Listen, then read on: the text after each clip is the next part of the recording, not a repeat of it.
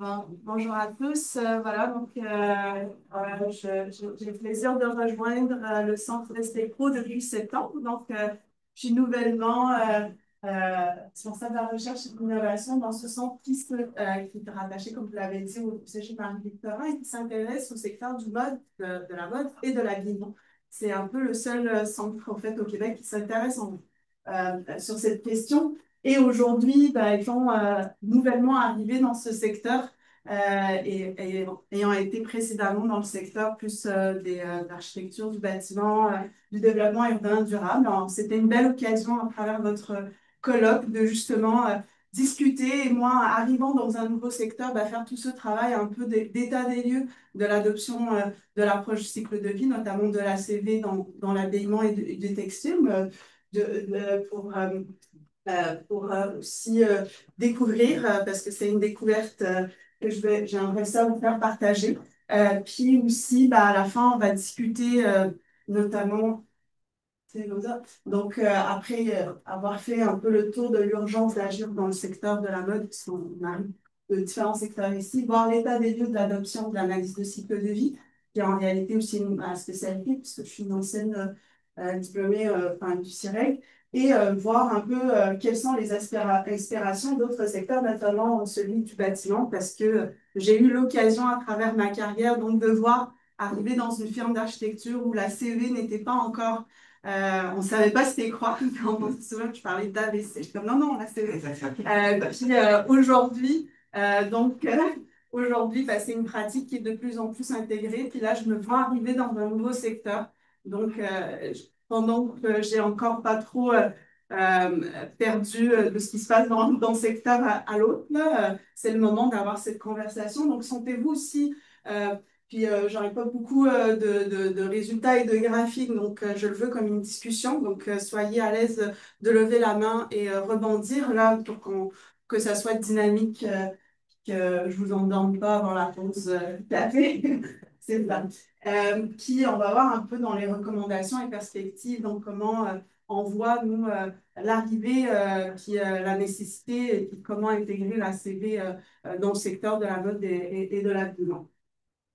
Donc, on le sait bien, les petites animations sont, voilà, mais je vais toutes vous dévoiler le punch que vous êtes déjà bien au courant, effectivement, qu'on parle de plus en plus de l'univers du textile, son impact, on dit au niveau des GES, une grande consommation d'eau aussi qui est enclenchée, des 86 millions de piscines olympiques annuellement en eau que ça consomme, notamment pour la culture du coton qui prend 2% de la surface agricole, mais 25% des pesticides, qui au Québec, en tout cas, le Recyc Québec mentionnait déjà que 80% des déchets textiles étaient enfuis. C'est quand même on ne le réalise pas. Moi, ça a été pour moi une réalisation en arrivant justement à Restecfo. Ce n'était pas des chiffres auxquels je m'étais intéressée avant. C'était quand même beaucoup, 663 Boeing 747 de guenilles annuellement jetés. Donc, l'éléphant dans la pièce, en fait, effectivement, c'est et on reprend le même graphique que mon collègue hier, là, mais c'est qu'il y a une augmentation, on voit une grande augmentation des achats, mais la durée de vie des items, elle est en chute libre. Et bien évidemment, ça, c'est pourquoi c'est soutenu par une chaîne d'approvisionnement, un nouveau secteur, une nouvelle chaîne à découvrir pour moi. Donc, une chaîne d'approvisionnement qui a des caractéristiques très différentes de ce que j'ai. Donc, très volatile, la demande fluctue rapidement, elle est nourrie la culture, la mode, enfin, le marketing joue un grand rôle aussi. Les réseaux sociaux avec l'influence sur la volatilité des modes, une variété aussi, ce qui va créer une grande variété de produits. Il y a un aspect saisonnier avec des collections. On peut voir jusqu'à 50 collections. Avant, c'était quand les habits étaient faits de façon manuelle, on avait la saison d'été. Maintenant, c'est en continu, c'est fou. Le cycle court, l'imprévisibilité aussi qui est difficile à anticiper parce que c'est aussi des achats impulsifs. On n'achète pas une robe comme on achète une maison, par exemple. Ça va venir transformer et mettre des pressions sur cette chaîne de valeur qui vise constamment à réduire trois éléments clés pour eux. Ils doivent réduire le time to react, donc la capacité à s'ajuster à cette demande fluctuante. Ils doivent constamment réduire les délais de service. Donc, avec l'avènement de justement l'achat en ligne va venir accélérer, surtout pendant la pandémie. Donc, on est venu accélérer ça.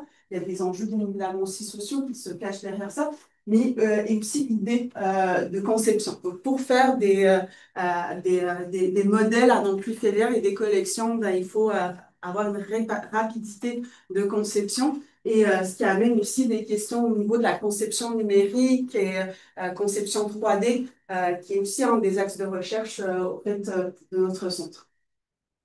Euh, donc, je me suis dit, bon, on s'intéresse à l'analyse de cycle de vie. Voyons déjà, qu'en est-il de la mode durable avant de dive in un peu plus profondément. Donc, il y a eu, bon, c'est pas la peine de refaire la roue, il y a déjà une revue qui est systématique, qui a été faite un peu pour 278 études, donc de tout ce qui a été publié depuis l'an 2000 et de voir un peu les différents axes de recherche qui ressortent un peu euh, de, de, de, de tout ce qui s'est fait depuis l'an 2000. Bah, il y a trois axes importants qui ressortent. Donc, le comportement des consommateurs, il y a tout un corpus aussi dans le changement du comportement. Quand on parle d'achat compulsif, de bien-être, de psychologie, bah, il y a tous des liens relatifs à ça. Que c'est forcément va être réglé par des questions d'ACV, mais qui sont des questions importantes. Il y a aussi l'économie circulaire qui aussi est émergente dans le secteur de la mode et je pense de façon aussi traditionnelle et inhérente à cette activité. Réparer nos vêtements sont des activités qui étaient déjà intégrées dans notre culture. D'une génération, on a vu un changement. Moi, ma mère, elle cousait. Moi, je sais pas utiliser une machine à coudre, par exemple. Donc, tu sais, il y a tous des éléments aussi relatifs à ça qui expliquent que l'engouement, moi, je trouve, pour l'économie circulaire dans ce secteur. Et aussi tout ce qui est relatif plus à l'impact des initiatives durables et tout ce qui est RSE pour les grands groupes, les grandes marques. De nos jours, les grandes marques, c'est des multinationales aussi. Donc, ils sont toutes dans cette discussion de ESG. Donc, il y a cet intérêt aussi qui vient un peu de ce domaine-là, mais comme tous les domaines, il y a une grande différence entre les grandes marques et les multinationales et les PME. Les grands projets d'infrastructure à 50 millions versus une maison à 3 étages résidentielle, ben, n'a pas les mêmes contraintes. Donc, mais ça, c'était comme vraiment intéressant et une découverte aussi de voir un peu ce qui en ressort aussi. Puis c'est un peu un classique. C'est aussi une activité qui a été menée par le Lab Textile où on avait fait à l'échelle vraiment du Québec, en plus quoi, les freins et les leviers. Puis ça s'enligne un peu aussi avec ce que la littérature dit. Donc, au niveau de la technologie pour le tri, le recyclage, il y a encore des grands freins techniques. Hier, mon collègue vous a aussi présenté une des avenues au niveau du recyclage thermomécanique qui est en développement. Donc, ça, on n'est pas encore rendu là. Fait qu'au niveau des infrastructures, on est encore en recherche et développement pour beaucoup de technologies. Les modèles d'économie, donc tout ce qui est slow fashion, tout ce qui est, on le voit beaucoup dans l'univers de l'économie circulaire, aussi on a beaucoup d'activités artisanales qu'on a de la difficulté à mettre à l'échelle parce qu'elles sont aussi très marginales, donc elles ne sont pas encore vraiment intégrées à une chaîne de valeur qui est beaucoup plus grosse aussi, internationale, fragmentée aussi et tout. Au niveau des consommateurs, ben, puisque c'est des achats non essentiels sur un coup de tête, ben, ça reste aussi très sensible au prix. Donc, il y a un manque de formation. Quand on parle du secteur de la mode et de l'habillement, il y a enfin, c'est des formations surtout au niveau du cégep. On voit par exemple la disparition même de la formation de couturière qui est plus au niveau du DEC que je regarde de Paulette voir si je dis pas n'importe quoi, mais c'est ça, c'était ça. Donc, il y a une et il y a aussi le fait est que les univers de tout ce qui est économie circulaire, tout ce qui est analyse de cycle de vie et des approches plus scientifiques, bah, se donnent davantage au niveau universitaire. Donc, sais, il y a quand même au niveau de la formation des outils, aussi bien évidemment réglementaires, volontaires, politiques, là, ça c'est des freins qu'on connaît tous, fait que je ne passerai pas de temps là-dessus, mais au niveau de la formation, là, tu sais, c'est quand même différent comme univers, là, tu sais, qu'il faut prendre en considération ce volet-là. Puis, bien évidemment, il n'y a pas que des freins, il y a toujours des leviers. Bien évidemment, aujourd'hui, on va focuser sur un des leviers, qui n'est pas le seul, mais au niveau de la CV, bien évidemment, tout ce qui est formation, vulgarisation, aussi des outils, analyse de cycle de vie, mais aussi au niveau des méthodes de tri, des protocoles. Donc, il y a des enjeux. J'ai écouté tout à l'heure le projet de Félix, c'est ça, où il y a cet enjeu au niveau de la déconstruction. Il me fait beaucoup penser aussi à des enjeux aussi au niveau du tri, des différents, tout ce qui est post-consommation. Bah, il y a beaucoup d'incertitudes et tout, donc il y a des parallèles intéressants aussi à ce niveau-là. Et donc, tout ce qui est technologie numérique, traçabilité, mais là, tu sais, quand on parle de ça, c'est très intéressant, mais on va voir, il y a quand même, au niveau des données, un bout de chemin à faire pour se rendre à cela, mais c'est en train de se passer. Pourquoi l'analyse de cycle de vie? Donc, je ne m'étalerai pas là-dessus, puis faites-moi signe si je dépasse le temps, hein, je regarde. OK. Ben, je ne m'étalerai pas là-dessus. J'imagine que vous connaissez déjà la méthode. C'est une approche scientifique, enfin, une méthode plutôt d'évaluation scientifique qui est multicritère et on oublie souvent, mais elle inclut aussi je vais mettre l'emphase sur l'aspect social de l'analyse cycle de vie, le parent pauvre que j'appelle de l'analyse de cycle de vie, qui est important et d'autant important aussi dans le secteur de la mode, bien que pas encore tout à fait dominant. Et donc voilà. Euh, Rapidement, au niveau de l'évolution, quand j'arrive dans un nouveau secteur, ben, j'ai envie de comprendre un peu d'où ça vient. La CV, c'est sûr, dans l'univers de la mode textile, ben, c'est surtout textile. Au début, c'était dans les années 2010. Donc, tout ce qui était avant ça, on regardait plutôt la culture du coton. C'était très axé sur le coton, sur les techniques agricoles, etc. Euh, Entre 2010 et 2015, là, il a commencé à avoir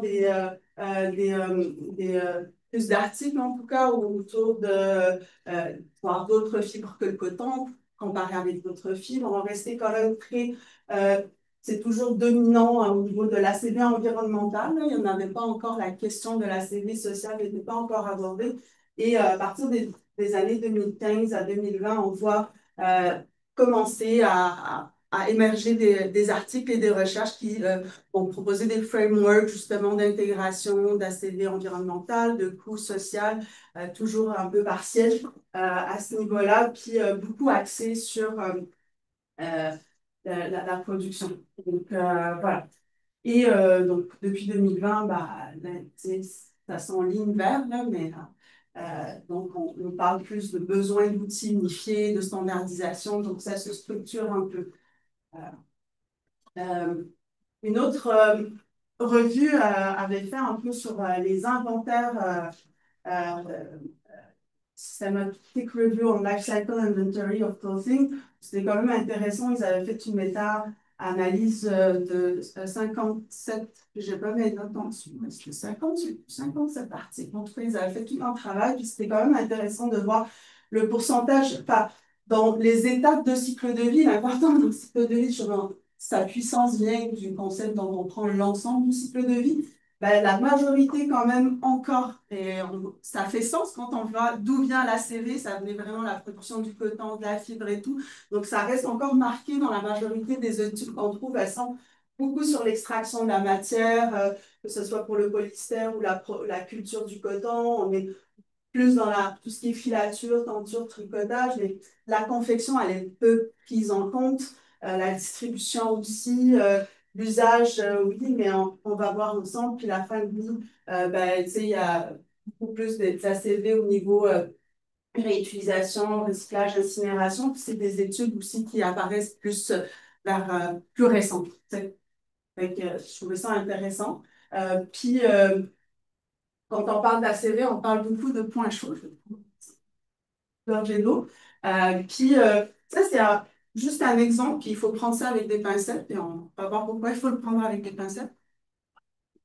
C'est justement une étude qui a été faite en Suède en 2015, justement, pour une analyse de cycle de vie à l'échelle. Donc, c'est des résultats qui sont normalisés à l'échelle de la population suédoise. Donc, et en fait, ce qu'on voit, c'est que c'est un peu les résultats moyens pour ce quatre types, cinq types d'habillement, là, la production est la plus impactante, suivie du transport. Et dans ce cas-ci, ben, c'est du transport du consommateur vers son vêtement. Sûrement, vous avez déjà entendu ça. Sauf qu'il faut faire attention, hein, si on parle d'un uniforme d'hôpital, par exemple, là, on n'est plus sur le même profil. Ton utilisation, elle est beaucoup plus grande. Ton transport, il est beaucoup plus petit parce que c'est optimisé au niveau de la logistique. Donc, c'est ça. Donc, il y a la fonction du vêtement, c'est ça que je voulais que vous reteniez dans cette slide-là, elle est importante aussi. Donc, une moyenne comme ça ne donne pas le profil global pour tous les vêtements. Là, la fonction est importante aussi. L'importance aussi de la phase d'utilisation, on avait vu, elle est rarement prise en considération dans les études d'analyse de cycle de vie. Et pourtant, c'est quand même intéressant de voir le travail qui a été fait euh, dans cet article Quantifying Apparel Consumer Use Behavior, où ils avaient interviewé 3800 personnes à travers 6 pays pour voir un peu c'est quoi leur façon d'utiliser, d'entretenir, de laver, non, de porter leurs habits. Et ce qu'ils ont regardé, c'est qu'il y a une grande variabilité géographique. On ne porte pas son t-shirt aux États-Unis comme on le porterait à Tokyo, par exemple. Le séchage, qui est un des impacts quand même assez importants aussi en termes d'utilisation énergétique. Ben, le Québec ne faisait pas partie de l'étude, mais on peut imaginer que c'est pas, ça n'aura pas les mêmes résultats. Donc, il y a quand même ça influence fortement les résultats et le domaine de recherche, on va dire, est encore à défricher pour ce qui est de les comportements non seulement de consommation au niveau de l'achat, mais aussi les comportements du vêtement.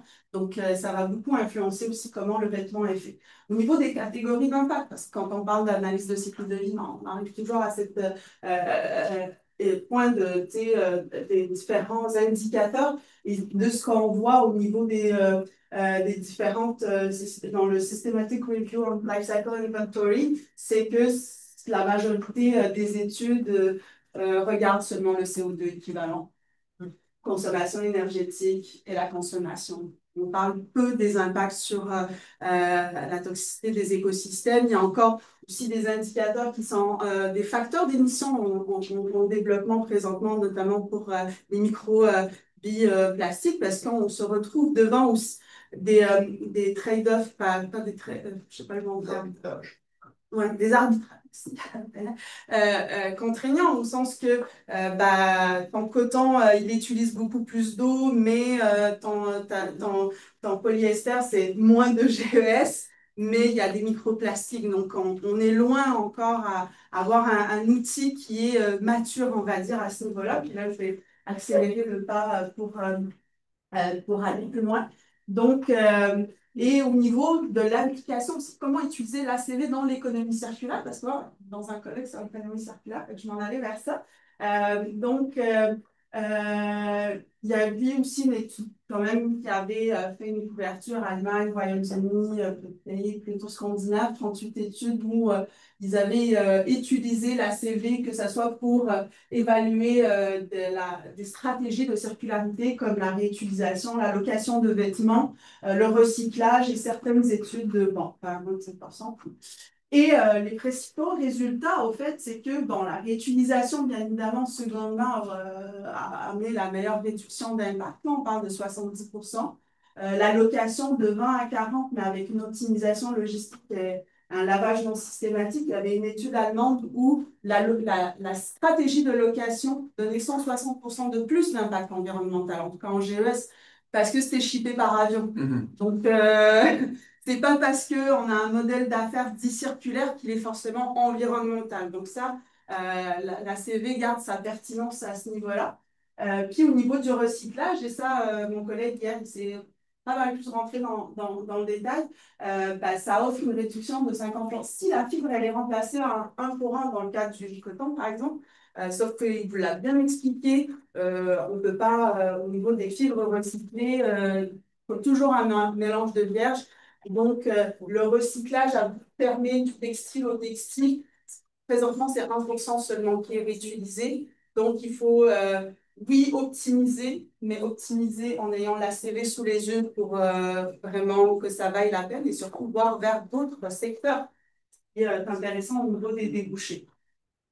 Et puis, en tout cas, bien évidemment, ça, c'est les facteurs, on en a parlé un peu, qui influencent en fait les résultats de la CV. Je les disais un peu, on ne respecte pas ma présentation, donc je vais les avoir en synthèse ici. Puis les limites en fait méthodologiques, là, on s'enligne, puis là, 1 minute, OK.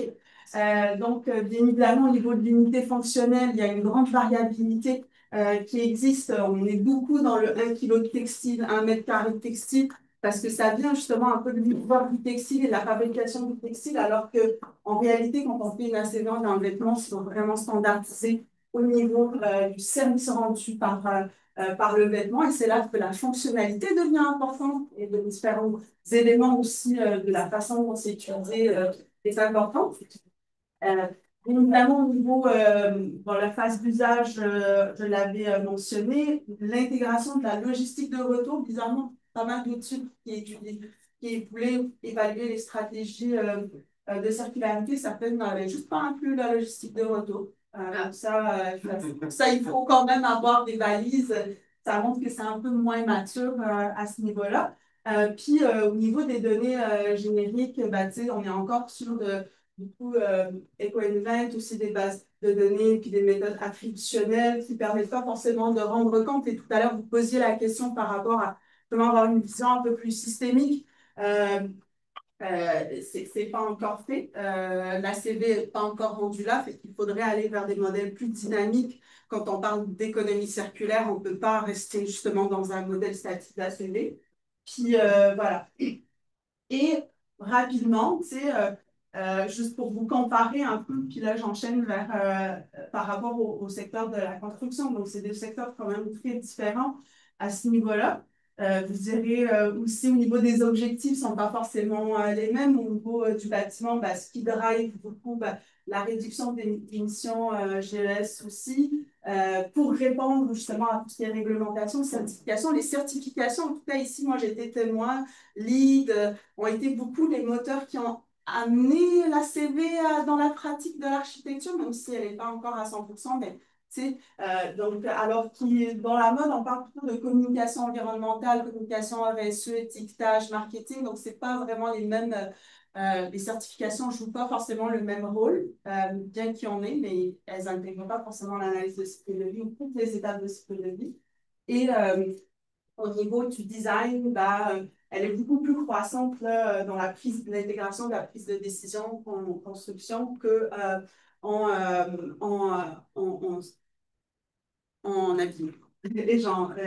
Et en fait, ce que je recommanderais, puis c'est ça, qu'est-ce qu'on peut tirer comme leçon un peu du secteur, c'est justement le niveau de standardisation pour la CV bâtiment quand même. On a fait tout un cheminement au Canada. Il y a un guide qui a été publié par le CNRC qui donne quand même des guidelines, qui intègre aussi des phases de fin de vie, etc. Donc, qui permet d'avoir des résultats qui sont plus ou moins comparables. D'intégrer la CV dans l'éco-conception via des plugins dans les logiciels de modélisation 3D. C'est un élément qui est comparable à la conception 3D dans le secteur du bâtiment, puis aussi de la mode, sauf que il n'y a pas encore cet élan pour l'intégration de la CV amène les plugins et les logiciels de conception. Et pour ça aussi, il faut former des professionnels à la mode, en mode, qui sont compétents en ACV. Donc, c'est vraiment cette idée toujours de démocratiser l'outil pour qu'il vienne aussi c'est une conclusion.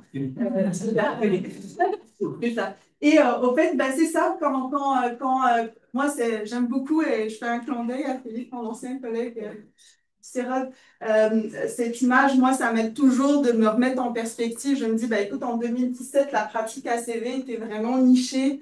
Et maintenant, elle a quand même intégré au niveau des différents régimes là, de sociotechniques et aussi de réglementaires comme la RE 2020 par exemple, etc. Donc dans la pratique aussi des architectes. Ben, je pense que la CV aura aussi ce cheminement dans, dans le secteur de la vie. Voilà, désolée pour le temps.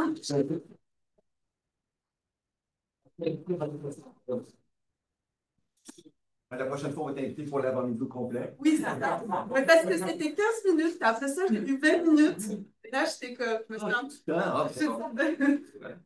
Alors, on a le temps pour quelques questions quand même. Est-ce qu'il y a des questions? Oui. J'avais comprendre une question pour un commentaire quand on fait le et attention carrière, on a des coutures, puis c'est ça qu'elle disait. Les profs leur apprennent à faire, prenez de la marge pour être sûr de faire vos compétences, c'est tout le gaspillage qu'ils font. Deuxième commentaire, j'ai un bébé de comme moins de 2 ans, c'est fou le linge, comment on passe que. Il y avait un magasin qui est à côté de chez nous qu'on peut le louer. Il m'a besoin du fermé, puis c'est quelque chose de vraiment intéressant que les gouvernements aident à mettre en place. Là. Mais ça, ma question, c'est au tout début, tu parlais que mais les habitudes ont changé.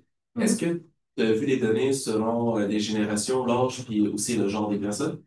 Ouais, par rapport au genre, non. Par rapport à l'âge, ben, tu sais, au début, là, ce que j'avais dit par rapport à, c'était une observation personnelle, dans le sens que je me prenais comme exemple dans justement se réapproprier l'entretien, le raccommodage des vêtements. Il y a des corpus de recherche là-dessus qui sont sur la pratique et tout ce qui est les savoir-faire qui sont liés à la mode qui se perdent. Mais dans ce cas-ci, non, je m'étais pas. Mais c'est une très bonne question, mais je sais que c'est une question qui est abordée au niveau des savoir-faire et des métiers.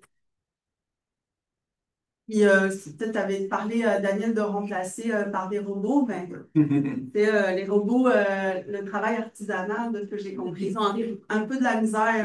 C'est moins évident. C'est moins évident. Jean-François? C'était très clair qu'en général, peut-être quelquefois, là, c'est un portrait général, mais quand on va par type d'usage, que vous mentionniez là, justement pas les appuis, là, mais dans le domaine de dentaire. Oui, des uniformes. En fait, il y en a-tu un qui est plus problématique ou est-ce qu'ils ont commencé à comparer? Donc, autrement dit, ça fait mal vraiment pour dire. Parce que une des photos qu'on voyait, c'était une compagnie, puis on voit l'amoncellement, puis c'est quasiment on achète et on jette, là. On est dans le J'essayais de voir, ils ont commencé à regarder justement eux de le faire globalement par secteur, que cibler un secteur qui est extrêmement pratique. C'est sûr, tu sais, quand on parle du secteur de l'uniforme, c'est pas le même que la fast fashion, c'est un autre univers. D'ailleurs, c'est celui qui intègre un peu plus la CV. Les quelques DEP que j'ai vus là, sur le DEP Library, c'était un pantalon d'uniforme. Parce qu'il y a un peu cette logique de demandeur d'ordre, de critères, comme tu le donnais précédemment pour la construction. Par contre, tu sais, dans la problématique en termes de volume de ce qui est créé, c'est le post-consommation. C'est le Chine, c'est la guenille qu'on achète au côté. Puis là, effectivement, l'enjeu, je l'ai nommé, c'est des durées de vie plus courtes. Ça touche des éléments d'autant plus sociaux dans qu'est-ce qui nous pousse à acheter. Il y a des études très intéressantes qui font le lien entre le bien-être et en fait l'image corporelle et notre proportion à faire des achats compulsifs. Moins on est bien dans notre corps, plus on a tendance à faire ce genre d'achat. Puis en plus, quand on parle de mode, on est vraiment dans tout ce qui touche justement.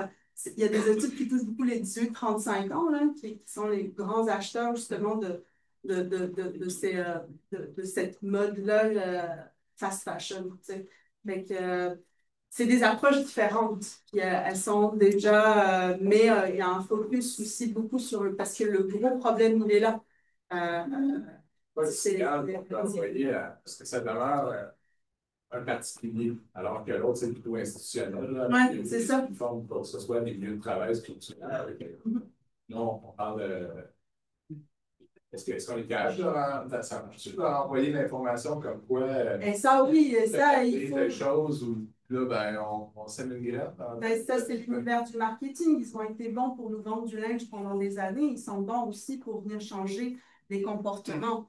Et ça rejoint un peu ce que je disais, les études entre estime de soi et achat compulsif, c'est des études qui ont été menées dans le secteur du marketing, donc à partir des années 90, que je suis étonnée. Donc, il y a cette problématique, elle existe là, fait que c'est plus de comment outiller maintenant le marketing pour être en mesure de formuler les bons gestes. Et c'est surtout là que l'ACV a son rôle, c'est de permettre justement d'avoir les bons réflexes dans les choix qu'on fait. Et ça, ben, ça revient justement à sa vulgarisation, à sa démocratisation. Et qui de mieux pour parler de ça qu'une designer qui a les outils et la pensée cycle de vie déjà d'intégrer. Mais pour ça, il faut que ça soit formalisé à travers des formations, à travers... moi, je dirais beaucoup la formation, là, c'est la clé autant des professionnels que du consommateur, mais ce ne sera pas avec les mêmes moyens. Merci, Léla. C'est tout le temps qu'on a. Merci pour la présentation.